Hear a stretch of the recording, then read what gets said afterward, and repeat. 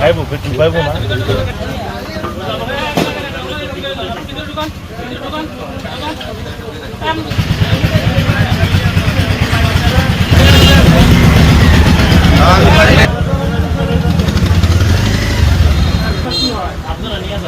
এটা ভিতরে ঢোকার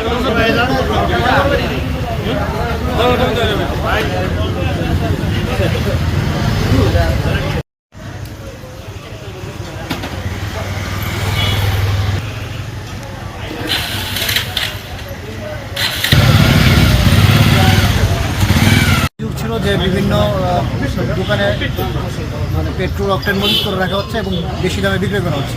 সেই প্রেক্ষিতে আমরা অভিযান চালিয়েছি এবং এখানে যে প্রায় 40 লিটারের মতো পেট্রোল পেয়েছি সেটা আমরা ন্যায্য মূল্যে এখানে যারা জনগণ আছে তাদের মধ্যে বিক্রি করে দেওয়া হচ্ছে সরকার নির্ধারিত মূল্য।